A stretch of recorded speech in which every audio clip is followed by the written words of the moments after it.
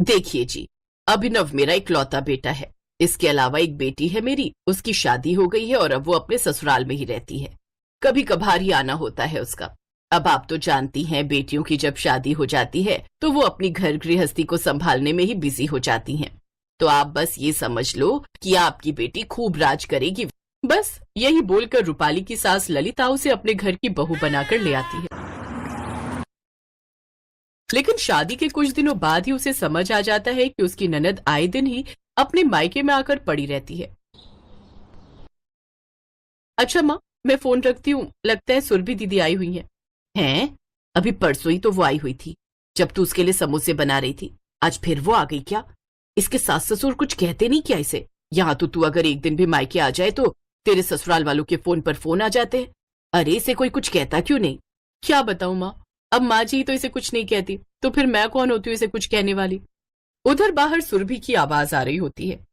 माँ, मैंने तुम्हें कितनी बार कहा था जो भी कवर लेने हो सोफे के वो गुप्ता शोरूम से ही लेना, लेकिन ये तो वहां के सोफे कवर है ही नहीं। और ऊपर से लाल रंग के सोफे के कवर कौन लेता है? मैंने कहा था ना सामान मेरे जेठ की दुकान से ही लेना। अब उन्हें पता चलेगा तो कितना बुरा लगेगा। उल्टा दो बातें मुझे ही सुननी पड़ेंगी। आपको इतनी समझ नहीं है, लेकिन भाभी तो बोल सकती थी ना। अब भाभी का क्या है, वो तो अकेली है, कोई बोलने वाला है नहीं। लेकिन मेरे जेठ जेठानी सास ससुर सब है, वो क्या सोचेंगे मेरे बारे में? लेकिन दीदी ये तो मैं लाई ही नहीं। आपके भैया गए थे अपने दोस्त के शोरूम ओपनिंग पर, तो वही ले आए।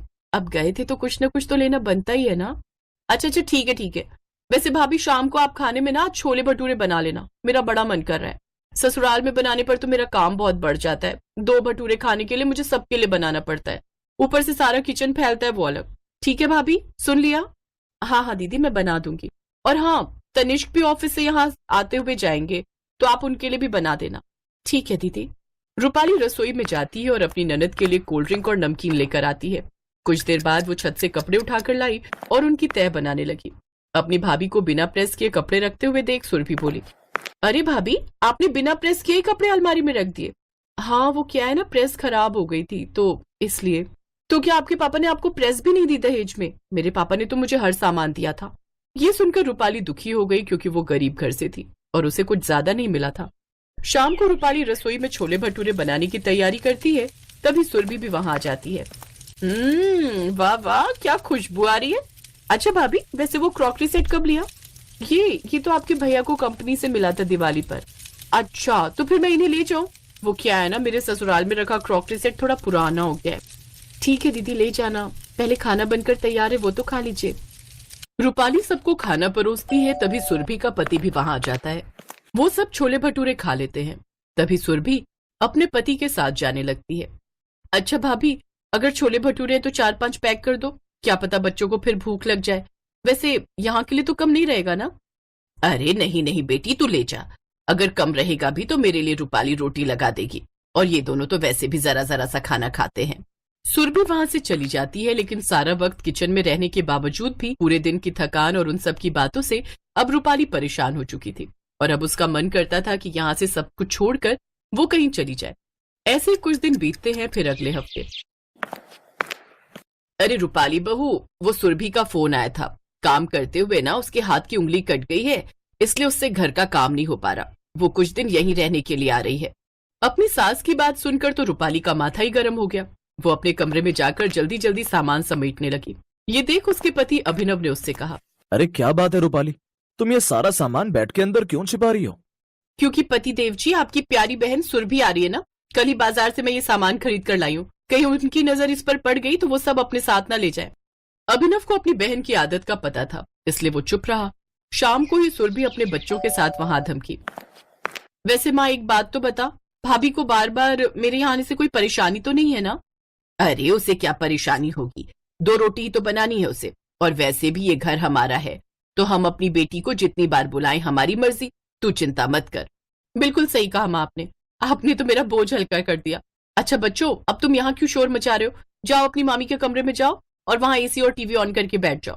ठीक है मम्मी, चल बंटू, हम वहां चलकर खेलते हैं। दोनों बच्चे रूपाली के कमरे में चले जाते हैं। अच्छा माँ, अब भाभी को बोलो ना हमारे लिए मैंगो शेक बना देगी, और फिर पकौड़ी भी तल देंगी। वैसे माँ एक बात कहूँ, उंगली कटने का तो मैंने बहाना बनाया था। वो बच्चों को हफ्ते भर की छुट्टियां मिल गई हैं, इसलिए सोचा यहाँ आकर रेस्ट कर लूं। अच्छा किया, अब तू यहाँ आराम से रह। उधर बच्चों ने मिलकर रूपाली का कमरा तहस नहस कर दिया। रूपाली सारा दिन काम करके थक गई थी। शाम को जब खाना खाने लगे तो सुरभि बोली, आय हाय, ये भी कोई सब्जी है भाभी? भला शाही पनीर ऐसे बनता है क्या? भाभी, इससे अच्छा होता दाल या आलू ही बना देती ना, कोई स्वाद नहीं है इसमें। नहीं सुरभि, इतनी बढ़िया सब्जी तो बनी है। अब खा भी ले बेटी, सब्जी बनाने का भी एक तरीका होता है। अब हर कोई तो स्वादिष्ट सब्जी नहीं बना सकता ना, पता नहीं कैसे कैसे बनाती है। ये सुनकर तो रूपाली की आंखों में आंसू आ गए। जैसे तैसे उसने वो हफ्ता काट लिया। सुरभि अपने बच्चों को लेकर वहां से चली गई। अब जाकर रूपाली की सांस में सांस आई। ऐसे ही कुछ दिन बीते, फिर पता चला कि बच्चों की 2 महीने की छुट्टियां पड़ने वाली हैं। रूपाली की तो सोचते ही रूह कांपने लगी कि कहीं उसकी ननद पूरे 2 महीने के लिए आ गई तो। तभी उसकी बेटी नेहा उसके पास आई। माँ, आपको पता है मेरी 2 महीने की छुट्टियां पड़ने वाली हैं, चलो ना हम नानी के घर चलते हैं। नहीं बेटी, वहां तुम्हारी मामी की तबीयत खराब रहती है, हमारे वहां ज्यादा दिन रहने से उनका खर्चा भी ज्यादा होता है। अपनी पत्नी की बात सुनकर अभिनव ने कहा, तो तुम एक काम क्यों नहीं करती? इस बार छुट्टियों में तुम सुरभि के घर पहुंच जाओ और माँ को मैं तीर्थ यात्रा पर भेज दूंगा। रूपाली को अपने पति की ये बात जंच गई और वो स्कूल बंद होते ही बैग लेकर अपनी ननद के घर पहुंच गई। ये देख सुरभि चौंक गई और बोली, अरे भाभी, आप और नेहा यहाँ, और वो भी सामान के साथ? अचानक कैसे आना हुआ? अरे दीदी, वो नेहा जिद कर रही थी कि हर बार बुआ हमारे यहाँ छुट्टियां मनाने आती है, लेकिन इस बार हम उनके यहाँ छुट्टियां मनाने जाएंगे। ये सुनकर सुरभि हैरान रह गई। हाँ, क्यों नहीं। अच्छा दीदी, अभी आप खाना बना दीजिए, वो क्या है ना, हम खाना खा के नहीं आए। हाँ, लेकिन भाभी आप जरा आइए ना मेरे साथ रसोई में मदद करने। अरे जरूर आती दीदी, लेकिन वो क्या है ना, मेरे हाथ में ये मोच आ गई है, सुबह नहाते वक्त बाथरूम में फिसल गई थी ना। वैसे आप वहां आती थी तब भी तो मैं अकेले ही सारा काम करती थी। अच्छा दीदी, खाना अभिनव के लिए भी बना देना, वो ऑफिस से लौटते वक्त खाते हुए जाएंगे, और सुबह उनका टिफिन भी पैक कर देना। ये सिलसिला 1 हफ्ते तक चलता रहा। 1 हफ्ते में सुरभि की हालत खराब हो गई और उसने रूपाली से पूछा, भाभी वैसे आप कब जा रही हो? बस छुट्टी खत्म होते ही चली जाऊंगी दीदी। अब सुरभि को अपनी गलती का एहसास हो गया और उसने रूपाली से माफी मांगते हुए कहा, मुझे अपनी गलती का एहसास हो गया है भाभी, मेरे आने से आपका कितना काम बढ़ता होगा। आज मेरे सर पर पड़ा तो मुझे एहसास हुआ, लेकिन अब मैं बेवजह कभी मायके नहीं आऊंगी। अच्छी बात है दीदी जो आपको मेरी तकलीफ समझ आ गई। वैसे आप बुरी नहीं है दीदी, लेकिन सच तो ये है कि हर वक्त अपने मायके में पड़ी रहने वाली ननद अच्छी नहीं लगती। रूपाली का मिशन सक्सेसफुल रहा और वो खुशी खुशी अगले ही दिन अपने ससुराल लौट आई।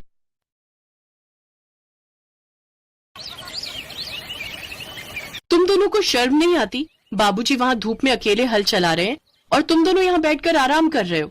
ओए छुटंकी, तू ज्यादा मत बोल समझी। और वैसे भी बाबूजी ने ही कहा है हमें यहाँ बैठने को। बाबूजी ने कहा है मतलब? हाँ, हम तो गए थे बाबूजी की मदद करने, पर उन्होंने ही मना कर दिया, तो हम क्या करें। अरे जाओ जाओ, तुम दोनों आलसियों को मैं जानती हूँ। वो छोड़, ये बता खाना लाई है? अपने भाई के सवाल का राधा ने कोई जवाब नहीं दिया और गुस्से में खाना का डब्बा वहीं पटक कर अपने पिता के पास जाने लगी। दोनों भाई खाने पर टूट पड़े। उधर राधा खेत में जाकर अपने पिता से बोली, बाबूजी आओ खाना खा लो।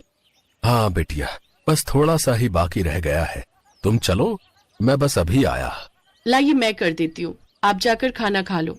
नहीं बेटिया, देखो कितनी धूप है, मेरी बिटिया काली हो जाएगी, फिर कौन ब्याह करेगा कल्लो से।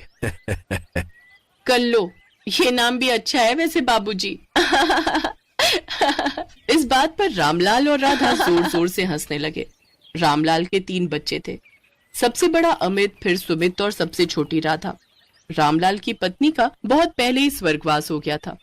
उसने बड़ी तकलीफें झेलकर अपने तीनों बच्चों को पाला था, मगर ये बात सिर्फ राधा ही समझती थी। उसके दोनों भाई 1 नंबर के आलसी और लापरवाह थे। बुढ़ापे में भी रामलाल को ही खेती का सारा काम करना पड़ता था। जीवन की गाड़ी बस किसी तरह खींच रही थी। फिर एक दिन उसी गांव के जमींदार सेठ हरिलाल के पास एक किसान भागा भागा पहुंचा। जमींदार साहब, जल्दी खेत में चलिए। अरे पर हुआ क्या? वो रामू को सांप ने काट लिया है, उसके मुंह से झाग निकल रहा है। हे भगवान, ये क्या अनर्थ हो गया, चलो चलो जल्दी चलो। किसान की बात सुनते ही गांव का जमींदार हरिलाल फौरन खेत पहुंचा। दरअसल हरिलाल और रामलाल बचपन के दोस्त थे। फर्क सिर्फ इतना था कि रामलाल एक किसान का बेटा था और हरिलाल एक जमींदार का। हरिलाल ने कई बार रामलाल की पैसों से मदद करने की कोशिश की, लेकिन खुददार रामलाल ने हरिलाल से सिर्फ उसकी दोस्ती चाही। खेत में पहुंचते ही हरिलाल ने रामलाल का सिर अपनी गोद में रखा और रोने लगा। रामू, तू बिल्कुल चिंता मत कर, मैंने गाड़ी मंगा ली है, तुझे तुरंत अस्पताल लेकर जाऊंगा। ना हरिया, अब वक्त नहीं है मेरे पास। मुझे मेरी कमला के पास जाने दे। बस तू एक एहसान कर देना मेरे भाई मुझ पर। हाँ हाँ, बोल मेरे भाई बोल।